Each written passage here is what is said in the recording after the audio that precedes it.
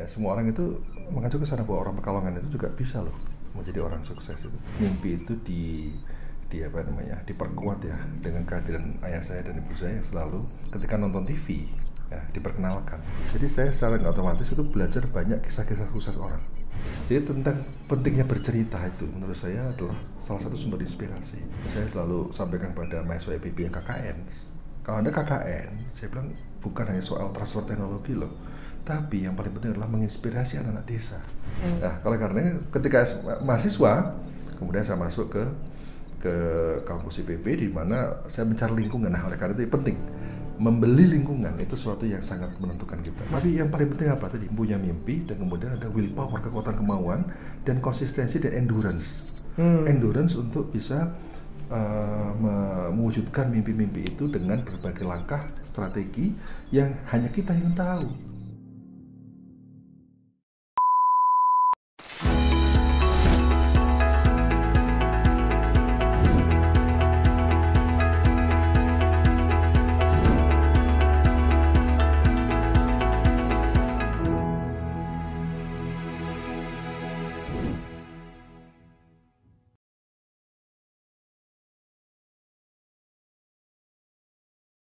Kawan baik semua, jumpa kembali dengan Nur Eswan Channel. Di part berikutnya ini dengan Mas Arif Satria.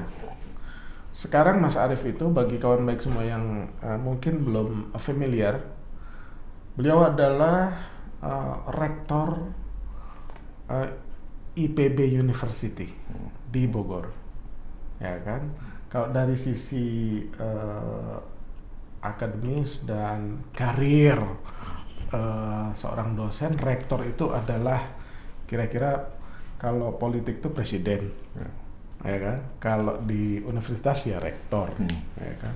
Kalau di barat namanya presiden tuh, bukan rektor, ya kan? Atau vice chancellor. Sekarang vice chancellor. Tidak hanya itu, beliau juga adalah baru saja terpilih ketua umum ICMI, pernah menjadi ketua forum rektor. Pernah jadi dekan, pernah juga dari dosen. Jadi rasanya perlu kita gali perjuangan Mas Arif sampai ke posisi sekarang. Jadi jangan cuma lihat sekarang hebat ya kan. Selamat datang kembali Mas Arif. Terima kasih. Okay.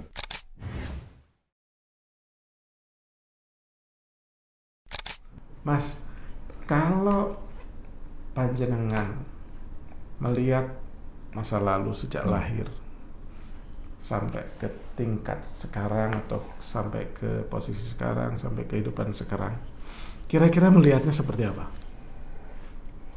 Jadi kekuatan pada mimpi sebenarnya. Jadi mimpi itu kan gratis ya. Jadi kalau mimpi itu ya setinggi-tingginya lah. Tapi memang role model itu penting. Saya dulu ada role model di kampung saya. Jadi itu menjadi acuan, semua orang membicarakan orang itu. Itu namanya paman saya, Pak Pakir Hasan. Itu pada waktu orang Pakir Hasan. Itu mantan Sekjen Perdagangan ya. Oke. Ya, almarhum. Itu paman almarhum. saya. Jadi semua orang itu benchmarknya ke di Pekalongan. Di Pekalongan itu beliau SMA-nya sudah AFS di Amerika gitu-gitu kan. Oh, pertukaran pelajar. Ya pada tahun 60-an bayangkan itu kan. Kemudian terus pulang jadi kemudian jadi dosen di UI, kemudian jadi dirjen, jadi sekjen, kemudian jadi pokoknya tokoh di Jakarta lah gitu. Ya semua orang itu mengacu ke sana bahwa orang Pekalongan itu juga bisa loh menjadi orang sukses itu. Nah jadi itulah salah satu mimpi, dan apalagi memang mimpi itu diperkuat ya dengan kehadiran ayah saya dan ibu saya yang selalu, khususnya ayah saya yang selalu ketika nonton TV ya diperkenalkan. Nonton TV itu biasanya habis maghrib itu bareng.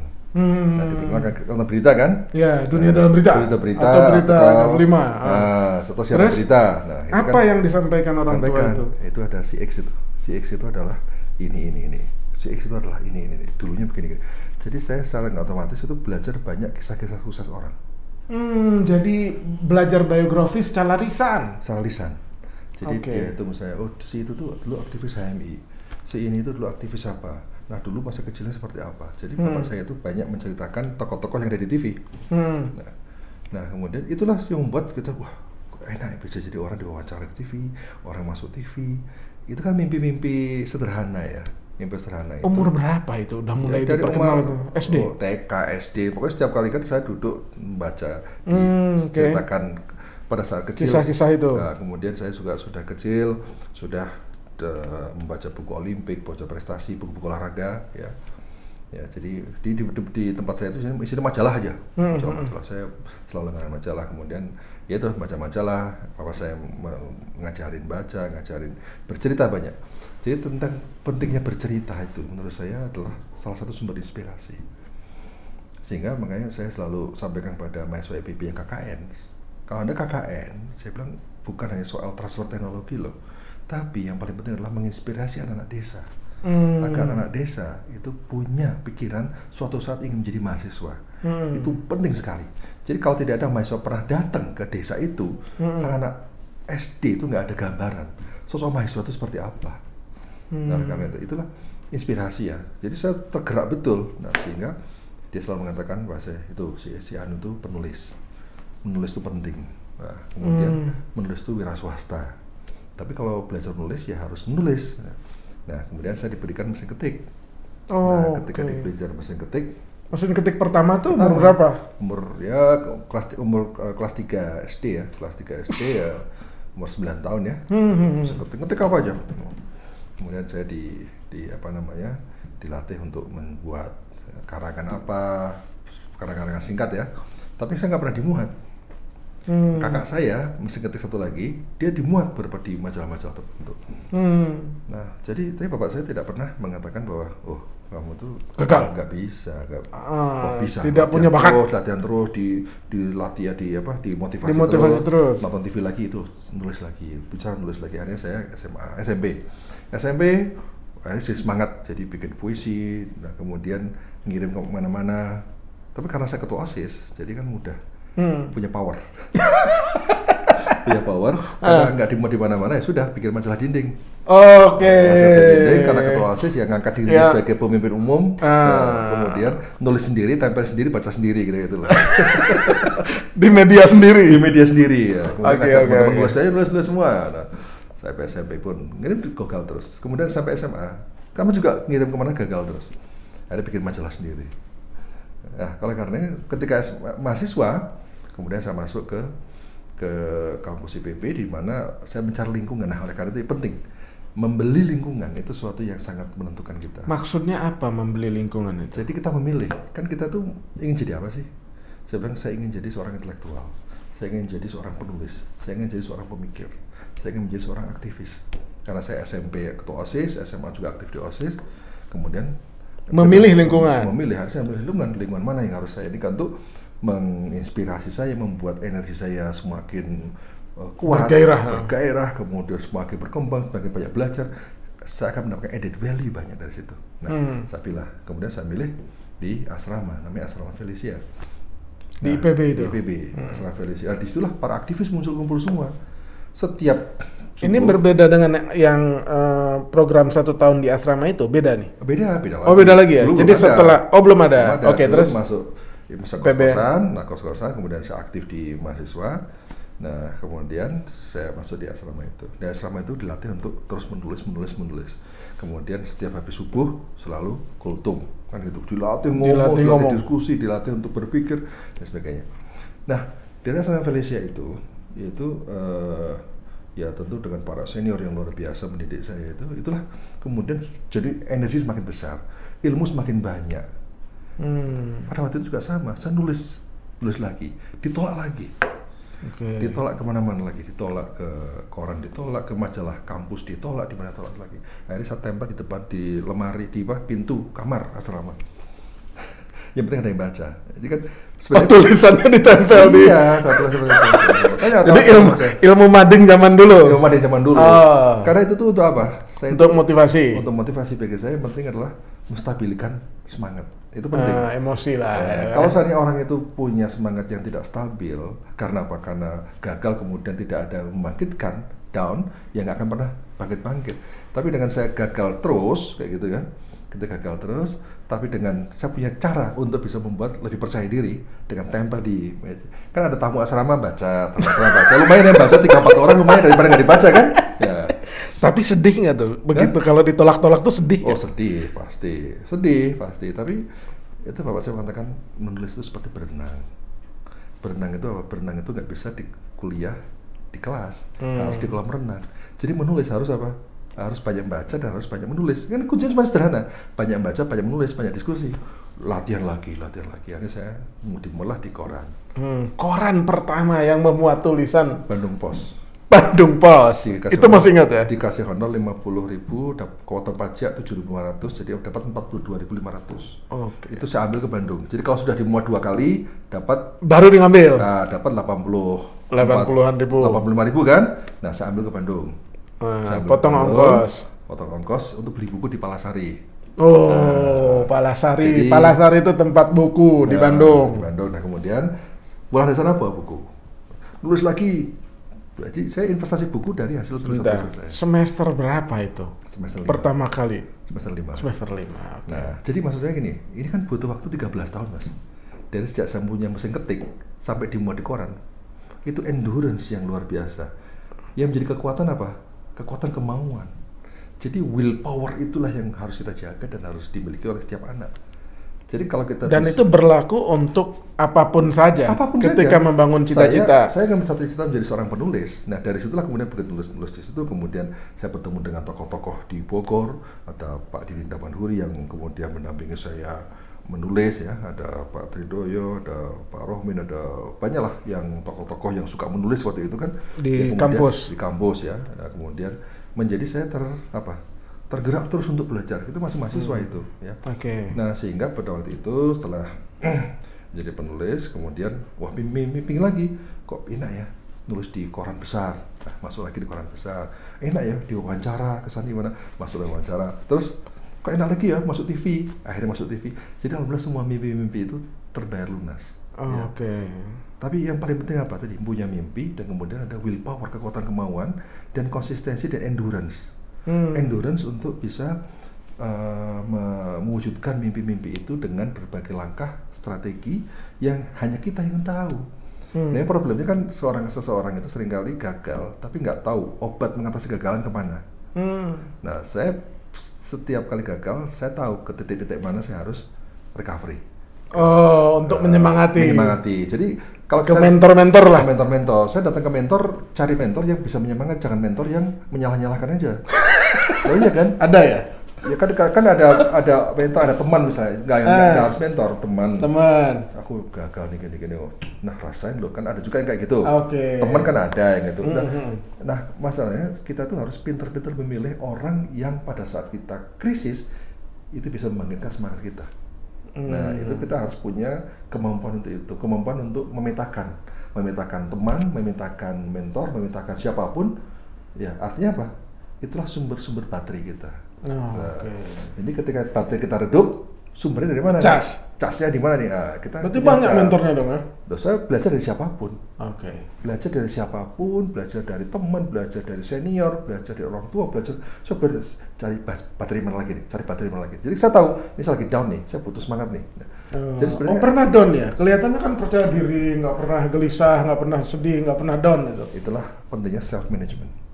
Nah, dengan self management itu down itu semua orang mengalami, cuman durasinya saja. Ada yang durasi 1 detik, ada 1 menit, 1 jam, 1 hari, 1 tahun. Ada yang hobinya mengabadikan stres. Ada diabadikan. Ada lagi orang yang bangga dengan downnya, kan itu salah gitu. Jadi mengabadikan downnya itu. Nah, sebentar, saya kepengen supaya kawan baiknya masih muda banyak. Kan Mas Arief kalau saya lihat di short biografinya itu beberapa kali menjadi murid teladan ya kan? Bener ya? Nah, beberapa kali jadi pemimpin gitu. Tapi sebentar, belajarnya tuh biasa aja atau memang nggak pernah belajar? Ada orang jenius, nggak pernah belajar banyak. Saya nggak jenius. Saya belajar. Jadi belajar aja. Waktu belajarnya tuh jam berapa saja atau pas mau ujian aja belajar gitu? Ya mau ujian belajar. Yang penting gini, sebenarnya kuncinya sederhana sih. Saya tuh kuncinya pada saat di kelas paham udah center aja. Jadi nggak perlu effort besar untuk belajar mengakumulasi ketidaktahuan selama 1 semester, di ujung baru belajar semuanya, itu berat. Jadi kuncinya cuma pada saat saya di kelas harus paham sampai tuntas. Sudah, sehingga saya di kelas cerewet. Banyak nanya, itu aja. Oh, banyak nanya. Banyak nanya. Kalau nggak paham nanya. Oh, saya sekolah bayar ya Pak, saya harus ini ya. Harus tahu persis, harus nggak sampai saya nggak paham, harus paham. Nah, kemudian cara supaya lebih paham lagi apa? Cara dengan mengajari orang lain. Oke. Jadi saya pada waktu makin nempel itu. Ya, pada waktu saya SMP ya, kelas 3 saya membimbing anak-anak kelas 2. Pada waktu saya SMA kelas 1 saya membimbing anak-anak SMP. Pada waktu saya SMA kelas 2 saya membimbing anak-anak SMA kelas 1. Jadi saya tuh banyak membuka kursus privat gratis. Oh, gratis? Kirain dibayar? Enggak ya? Saya dulu di sekolah sampai 7 kilo saya harus jalan naik sepeda. Kemudian itu adik-adik kelas saya ajarin fisika. Dan nggak dibayar? Nggak dibayar. Dan saya ikhlas untuk itulah cara kita untuk bisa menginternalisasi apa yang sudah ada di otak kita. Jadi kita lebih paham betul setelah kita bisa, kayak sederhana aja nih, kalau kita bisa membuat orang lain paham, artinya kita harus paham dulu kan. Jadi oleh karena motivasi kita adalah motivasi, saya harus membuat orang lain paham. Kalau bisa membuat orang lain paham, otomatis saya termotivasi untuk lebih paham kan, sehingga harus belajar gitu. Terus gini, hidup kita itu sukses kadang-kadang banyak dibantu oleh teman atau para senior ya. Dan informasi tentang Mas Arief itu ya most likely itu positif. Amin. Bahkan orang-orang tersebut saling bermusuhan, tapi ketika disebut Mas Arief itu nggak gampang lah. Kalau sekarang misalkan gini lah, ada konflik politik di atas. Mereka ini konflik, tapi ketika harus memilih rektor IPB misalkan, semua bersepakat, ya udah Mas Arief aja, gitu loh. Berarti kan akseptasi orang. Nah itu gimana caranya tuh? Gini Mas, saya tuh tidak ingin cari musuh. Jangan melukai orang lain. Jadi ibu saya juga mengajarkan banyak hal tentang banyak teman lah. Jangan punya musuh, jangan menyakiti orang lain. Dan itu dilatih dari kecil. Dari kecil kan saya tidak tidak suka melukai orang lain, apalagi orang lain tidak pernah melukai kita, kan nggak mungkin lah kita ini. Nah, jadi dendam aja nggak boleh, apalagi memulai. Oke. Jadi sebenarnya rumusnya sederhana ya. Dendam aja nggak boleh, apalagi memulai. Oke. Jadi saya kalau ada banyak senior, banyak teman sedang konflik, selain don't get me involved in konflik lah. Itu jangan sampai kita masukkan di dalam konflik itu. Sederhana sih, rumusnya sederhana ya. Sederhana aja, dan ya kita baik dengan semua orang ya. Tapi kan tetap ada prinsip ya.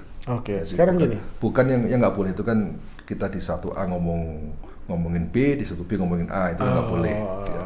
Kita justru punya kewajiban untuk menetralisir. Jadi ketika di A ya si B itu baik. Ngomong B, A itu baik, gitu loh. Jadi kita bukan mendekris value-nya orang ya kan? Ya, bukan. Jadi sekarang sebenarnya semakin banyak kita mengapresiasi orang, semakin banyak kita ini ya alam semesta lah akan mendukung kita kan. Oke. Sekarang gini. Kenapa milih kuliah di IPB? Kenapa tidak milih yang lain? Atau memang karena diterimanya di IPB? Ya itu. Kecelakaan itu. Bukan kecelakaan. Atau inilah pengennya sih yang lain juga. Dulu saya tuh pengen jadi ahli nuklir. Berarti ITB lah itu. Kalau UGM. Ya. Nah, pada saat SMA itu saya tuh PMDK itu, PMDK dulu kan? Iya. Pengen daftarnya mana? UGM atau PMDK itu kalau sekarang kayak SNMPTN ya. Nah, kemudian saya kan di sekolah ya, di SMA itu sama Muhammadiyah itu dia kepala sekolah mengatakan ini, kalau kamu daftar IPB 95% diterima deh. Karena apa? Karena kita sudah langganan setiap tahun dan ranking 1 di sekolah itu hampir pasti diambil IPB gitu. Oke. Nah, saya bilang ya, saya sih di mana saja cari ilmu di mana saja, ilmu itu pasti bermanfaat, semua tergantung pada kita. Jadi saya berusaha untuk mencintai, ya gitu loh. Tadinya nggak pernah terbayang saya akan masuk ke pertanian, nggak terbayang gitu masuk pertanian itu. Begitu opportunity kita ambil, kemudian begitu masuk, ya cintai apa yang kamu pelajari sekarang. Oke. Ya. Jadi tadinya saya akan mempelajari apa yang saya cintai, sekarang mencintai apa yang saya pelajari. Oke. Oh iya kan. Jadi begitu disarankan begitu ya sudah milih IPB. Dan kemudian saya cari departemen yang cocok statistik. Wah, saya bikin ahli statistik karena matematika saya bagus SMA kan. Oke. Ya, jadi bikin ahli statistik, bikin ahli, tapi begitu masuk di IPB maksudnya sosial ekonomi. Terus kan itu PMDK ya, jalur undangan istilahnya. Betul, ya. Setelah diterima di IPB nggak nyoba yang lain sih, Penmaru atau UMPTN, enggak ya? Sudah jatuh cinta. Jatuh cinta ya. Iya. Oke. Jadi karena kan prinsipnya kan kita ini dari faktor sukses itu kan dalam 10 besar salah satunya adalah mencintai apa yang kita kerjakan. Jadi kalau itu kerja dengan passion, belajar dengan passion karena senang, akhirnya sehingga berusaha untuk mencintai itu penting. Ya. Oke. Ya kayak dulu orang tua kita itu kan semuanya kan dijodohkan. Nah, kan mencintai setelah dijodohkan toh. Kalau zaman kita pilih sendiri sehingga mencintai yang kita pilih ya kan. Nah terus setelah kuliah kan ya, memang diniatkan atau dicita-citakan bahwa saya akan menjadi dosen IPB. Tidak. Inisiatif itu datang dari Mas Arief atau IPB yang menawarkan? Jadi saya itu, ya orang tua saya selalu bilang, kamu harus jadi aktivis. Jadi organisatoris. Itu biasanya orang sukses di mana-mana itu karena menjadi aktivis, karena menjadi organisatoris. Sudah biasa melayani orang, sudah biasa mengorganisir orang, sudah terbiasa untuk menggerakkan orang. Itu penting. Nah itulah saya nggak masuk jadi aktivis, saya menjadi pengurus HMI, pengurus Senat, pengurus sekarang BEM ya. Saya dulu presidium Senat Mahasiswa, sekarang kayak presiden BEM itu di IPB, sehingga saya berinteraksi dengan banyak kampus-kampus di Indonesia, ya karena itu sehingga network terbangun. Jadi memang salah satu kekuatan adalah jadi bukan semata-mata willpower ya, tapi kekuatan pada network. Dan network itu terkait dengan track record kan. Jadi track record itu terkait dengan soal reputasi kita, ya, dan reputasi itu terkait dengan integritas dan prestasi-prestasi kita dan hasil hubungan kita dengan orang lain, kayak gitu. Oleh karena itu saya selalu menjaga network, jaga betul, karena network itu sangat mahal. Nah, itulah sekarang ini banyak kerjasama yang saya bangun itu hasil network masa lalu. Jadi sebenarnya apa yang saya dapatkan hari ini bukan sesuatu yang saya hasil investasi saya setahun 2 tahun. Ini investasi saya puluhan tahun. Termasuk ketika memilih menjadi dosen IPB itu karena network tadi. Kemudian ketika saya lulus ya, kemudian saya ditawari menjadi asisten WR 4 Pak Bunasor Sanim. Nah, ketika jadi siapa namanya? Pak Bunasor, Profesor Bunasor. Oke, Bunasor. Profesor Bunasor WR, kemudian pas Pak WR itu wakil rektor. Nah, kemudian saya kan bikinin sambutan, bikin macam-macam, bikin surat, semua. Nah, termasuk saya berinteraksi dengan para teknik pegawai di IPB semua. Saya dekat dengan pegawai IPB dulu. Itu sudah diangkat? Belum. Dosen? Belum. Jadi asisten aja. Asisten aja baru. Honorer sambil membantu di kantor ini sebagai staf administrasi. Kemudian pada waktu saya bikin sambutan tiba-tiba Pak Rektor, Pak Soleh Salahuddin ngirim disposisi ke Pak WR, kemudian Pak WR saya siapkan sambutan rektor. Nah, pas rektor baca, loh ini kok bagus sekali, siapa yang bikin nih? Nah, Pak Rektor, Pak Rektor, oh ini asisten saya yang bikin. Nah, terus saya dipanggil oleh Pak Rektor, Pak Soleh. Kata Pak Soleh, udah mulai sekarang kamu di sini aja bantuin saya. Nah, jadi dibajak, sudah menjadi asisten rektor. Pak Wakil Rektor nggak bisa, yang pajak lebih tinggi. Oh, iya. Terus? Nah, jadi pada waktu itu ketika Pak Soleh sudah jadi rektor, kemudian saya dipanggil karena beliau senang dengan tulisan yang saya buat. Itulah salah satu hasil dari penulis tadi. Yang puluhan tahun dari kelas 3 SD itu. Nah, kemudian senang sekali. Nah, terus akhirnya beliau minta saya sebagai speechwriter. Pada itu pendamping beliau seminar di mana. Nah, itulah kesempatan situ saya membangun network lagi. Jadi pada waktu ini belum diangkat resmi ya. Belum kerja dosen, pergaulan saya dengan para dekan, dengan para wakil rektor, dengan rektor-rektor perguruan tinggi lain, dengan para menteri. Ketika Pak Rektor pergi kan saya mengawal beliau. Nyateti di belakang, jadi notulen, jadi apa gitu. Jadi saya melakukan pembelajaran. Nah, pada saat itu saya kemudian diajak untuk bergabung di Pan Asia sama Pak Eki Sarudin. Bos kita saya bersama. seminggu sekali di sana sama Pak Eki Oke. Sarudin. Saya juga dulu sekretarisnya Pak Didi Rahmanhuri di LSI. Kemudian jadi saya pada saat awal-awal karir itu merangkap sebagai sekretaris rektor, sekretaris LSI. Researcher di Pan Asia, di LSI ya kan? Pokoknya di mana-mana. Jadi ya ini pakai angkot, hujanan, ya kerja keras luar biasa. Ya kita tahu belum mampu beli mobil lah waktu itu. Belum mampu, belum pegawai, belum apa. Oke. Ngasih honorer. Nah, dengan Pak Soleh inilah kemudian, alhamdulillah, beliau kan mantan ketua dewan. Nah, beliau jadi menteri. Nah, kemudian saya menjalankan karir lain sebagai dosen. Jadi sekretaris departemen, kemudian nggak lama kemudian karena hobi menulis lagi itu, karena tulisan itulah kemudian membuat saya sering diundang jadi pembicara seminar dan sebagainya. Nah, sehingga saya menjadi salah satu kepala lembaga di pusat studi agraria, kemudian PKSPL sebagai peneliti di situ. Nah, kemudian saya ke Jepang. S2? Bukan, saya S2 di Indonesia, saya biaya sendiri ya, sambil pada akhirnya saya setahun di Jepang untuk exchange program. Nah, karena pada waktu itu lowongan adanya di Fakultas Perikanan untuk jadi dosen. Sehingga saya dari pertanian pindah ke perikanan. Jadi ke Jepang pertama yang lama itu bukan S2 itu ya, exchange program aja karena S2-nya sudah selesai ya? S2 di IPB. Nah, kemudian saya di Jepang mulai belajar tentang perikanan. Nah, karena saya ngajar di perikanan kan, jadi orang pertama setelah belajar di sana, kemudian pulang terus nulis lagi macam-macam lagi. Sehingga saya dipercaya Pak Rohmin menjadi staf khusus beliau. Waktu Menteri Kelautan. Ya. Nah, jadi kemudian ya terus habis itu 2 tahun saya berangkat S3 ke Jepang. Nah, dan kemudian postdoc atau apa yang tuh di Vancouver itu, di UBC? Ya, kan fellowship aja di sana. Nah, kemudian habis dari Jepang itu pas pulang saya pernah di kemitraan di partnership for governance reform sama Pak Anies Baswedan sama Pak Sobari, Muhammad Sobari, sebenarnya Pak Dilon juga ya. HS Dilon. Kemudian dari situ, kemudian saya sempat juga menjadi kepala divisi di PKSPL untuk pengembangan masyarakat. Kemudian terus Pak Rektor panggil saya menjadi direktur riset di IPB. Sebentar.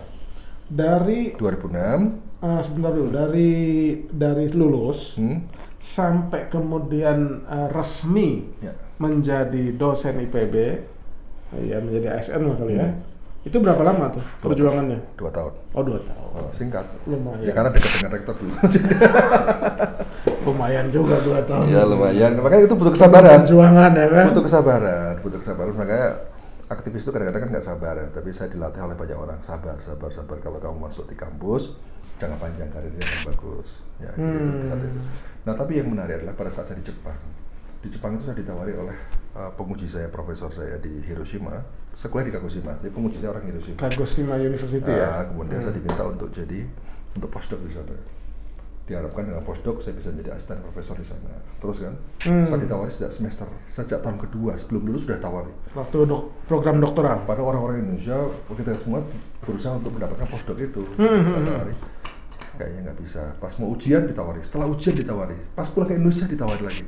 Karena apa? Karena ya saya berpikir bahwa saya butuh waktu banyak untuk melakukan perubahan-perubahan ya. Bagi saya prinsipnya saya lebih bermanfaat di Malaysia, lebih bermanfaat di Indonesia, lebih bermanfaat di Jepang. Prinsip saya cuma sederhana. Manfaat buat orang lain itu lebih banyak orang di Indonesia atau Jepang mendapatkan dari manfaat dari kehadiran saya. Padahal in term of the salary and benefit and ya macam-macam itu lebih mantap di sana. Di Jepang pada waktu itu kurang lebih sekitar sudah 40 juta rupiah. Pada saat kalau PNS itu gaji masih 1,5 juta. Ya. Zaman itu ya? Iya, 1,5 juta, kemudian di sana itu sudah 40 juta kira-kira itu. Gimana bisa hidup dengan 1,5 juta zaman itu? Ya makanya, tapi itulah berkah. Ada penelitian, ada dari nulis, dari seminar, dari mana-mana, dan kemudian yang menarik adalah tadi prinsip saya bahwa saya harus banyak memberi manfaat untuk orang lain. Ya kalau di Jepang ya memberi manfaatnya tidak sebanyak kalau saya di Indonesia. Makanya saya pulang ke Indonesia, kemudian 2 tahun setelah jadi direktur riset, saya jadi dekan. Faktor apa yang membuat Mas Arief itu sesabar itu? Karena banyak orang yang nggak sabar kan menjalani keprihatinan hidup seperti itu kan? Ya, saya kira memang orang tua saya orang yang sabar banget ya. Ya saya banyak belajar dari orang tua sih. Orang tua itu sabar dan selalu mengatakan bahwa segala sesuatunya itu ya butuh kesabaran. Untuk kita meraih mimpi itu nggak ada serba instan, tuh nggak ada. Tapi lebih penting kan istri kan rela kan, suaminya dapat gaji segitu, itu paling penting juga.